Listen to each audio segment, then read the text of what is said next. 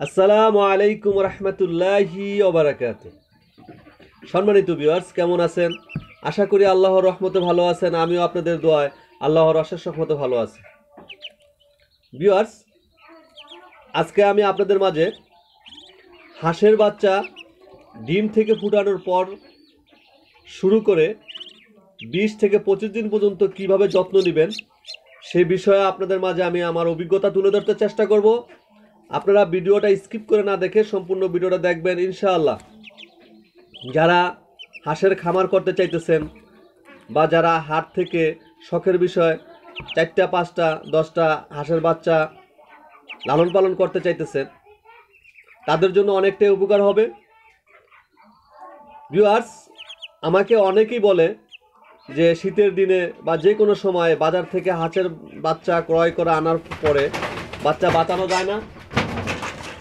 আমাকে অনেকেই আপনার এই কথাটা বলে যে বাচ্চা বাজার থেকে যতবার বাচ্চা আনছি আপনার বাচ্চা মরে গেছে। তো ভিউয়ার্স, আমি এই কারণেই ভিডিওটা আরও দ্রুত তৈরি করলাম। আমি নিজে হাঁসের বাচ্চা ক্রয় করে, আমার এই যে হাঁসের বাচ্চাগুলো দেখতেছেন ভিউয়ার্স, এগুলো চীনা হাঁসের বাচ্চা। তো আমি নিজে ক্রয় করে আমি ওদেরকে যত্ন নিয়ে তারপরে ভিডিওটা তৈরি করলাম। কারণ আমি যে কাজটা নিজে না করি সেই কাজটা আপনাদের মাঝে শেয়ার করি না। তো যে কাজটা আমি নিজে করি, ভালো ফল পাই, সেই কাজটা আপনাদের মাঝে আমি শেয়ার করি। তো ভিউয়ার্স, এই যে দেখেন আমার এই বাচ্চাগুলিকে আমি প্রথম দিন থেকে আমি বাজার থেকে ক্রয় করছি। এগুলো ইনকিউবেটর ফুটানো বাচ্চা। তো প্রথম যেদিন আপনার ক্রয় করছি একদিনের বাচ্চা, সেদিন থেকে আমি লাইসোবিট দিচ্ছি। আর লাইসোবিট দেওয়ার উদ্দেশ্য হলো ওদের রোগ প্রতিরোধ ক্ষমতা বাড়ানোর জন্য। আপনারা হয়তো সবাই জানেন যে ডিম থেকে ফুটার পর একটা ঝিরু বাচ্চা, ওদের রোগ প্রতিরোধ ক্ষমতা একবারই থাকে না। আর এই রোগ প্রতিরোধ ক্ষমতা না থাকার ফলে বিভিন্ন ওয়েদার, বিভিন্ন আপনার এই রোগ বালাই, বিভিন্ন ভাইরাস ওদেরকে দ্রুত আপনার আক্রমণ করে ফেলে। তো ভিউয়ার্স, এই লাইসোবিট যদি দেন তাহলে অবশ্যই আপনার ওদের রোগ প্রতিরোধ ক্ষমতা বেড়ে যাবে ইনশাআল্লাহ। সামান্য আপনার ওয়েদারের সমস্যা বা বিভিন্ন ভাইরাস ওদেরকে সহজে আক্রমণ করতে পারবে না। তো ভিউয়ার্স, লাইসোবিটটা আপনার যদি অল্প পানি দেন, যেমন 100 গ্রাম বা 150 গ্রাম পানি দেন, তাহলে 1 চিমটি পরিমাণ, 3 আঙ্গুলে 1 চিমটি পরিমাণ লাইসোবিট দিবেন। তারপরে যেই কাজটা করবেন, এই লাইসোবিটটা আপনার সব বাচ্চাকে দিবেন। যদি মুরগি দিয়ে আপনি ফুটান সেই বাচ্চাকেও দিবেন।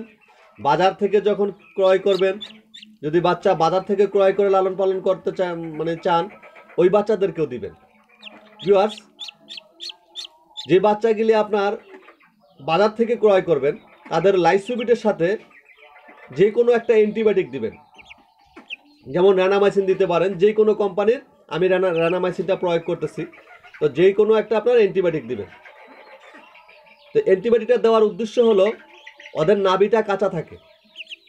যে ইনকিউবেটর ফুটানোর যে বাচ্চাগুলি, এই বাচ্চাগুলি আপনার নাভিটা কাঁচা থাকে। এর ফলে আপনার ওদের পেটে এবং বিভিন্ন সমস্যা দেখা দেয়। ওরা ধীরে ধীরে আপনার শুকিয়ে মারা যায়, বাচ্চার গ্রোথ আসে না। যদি আপনার এই লাইসোবিটের সাথে 5 দিন অ্যান্টিবায়োটিক দেন, ইনশাল্লাহ আপনার বাচ্চার নাভিটা শুকিয়ে গেলে ওদের যে কোনো খাবার হজম হবে এবং ওরা শক্ত হয়ে যাবে এবং ওদের গ্রোথটা সুন্দর হয়ে যাবে। তো ভিউয়ার্স, আর যদি দেশি মুরগি দিয়া বাড়িতে ফুটান বা আপনার এই যেমন চীনা হাঁস নিজের বাচ্চা নিজে ফুটায়, যদি ওদের মা ওদেরকে নিজে ফুটায়, তাহলে হয়তো আপনার অ্যান্টিবায়োটিকটা না দিলেও চলবে। কারণ ওদের মা ওদেরকে পর্যাপ্ত পরিমাণ তাপ দিবে। ওই তাপ দেওয়ার ফলে আপনার নাভিটা শুকিয়ে যাবে।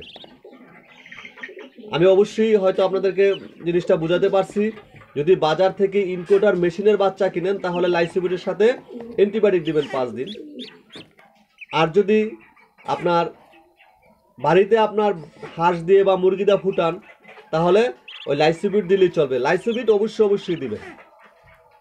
তো ভিউয়ার্স, এই যে আমার এই বাচ্চাগুলি আপনার জিরু বাচ্চা, যে দেখেন কত সুন্দর বাক্সর ভিতরে আপনার এই খড়কুটা দিয়ে সুন্দর করে রাখছি। এভাবে রাখবেন, ইনশাল্লাহ আপনাদের বাচ্চা সুন্দরভাবে বড় হবে এবং গ্রোথ হবে। ভিউয়ার্স, তারপরে যে কাজটা করবেন, ওদেরকে যে পানি দিবেন খাবারের জন্য, পানি সাথে সাথে দিয়ে পানি খাওয়াইয়া সরায় ফেলবেন।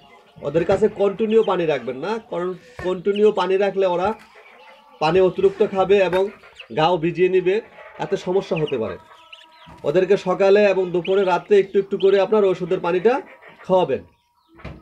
এভাবে আপনারা 5 থেকে 7 দিন খাওয়াবেন। এই 5-7 দিন পর ওদেরকে আপনার বিটা-3 দিবেন। ঠিক একই নিয়মে 1 চিমটি আপনার 100 বা 150 গ্রাম পানির ভিতরে 1 চিমটি পরিমাণ দিবেন। এই বিটা-3 দেওয়ার পরে আপনারা যেটা দেবেন সেটা হলো থাইবিন দিবেন। বিটা-3 আপনার 4-5 দিন খাওয়াবেন, খাওয়ানোর পর আবার থাইবিন দিবেন।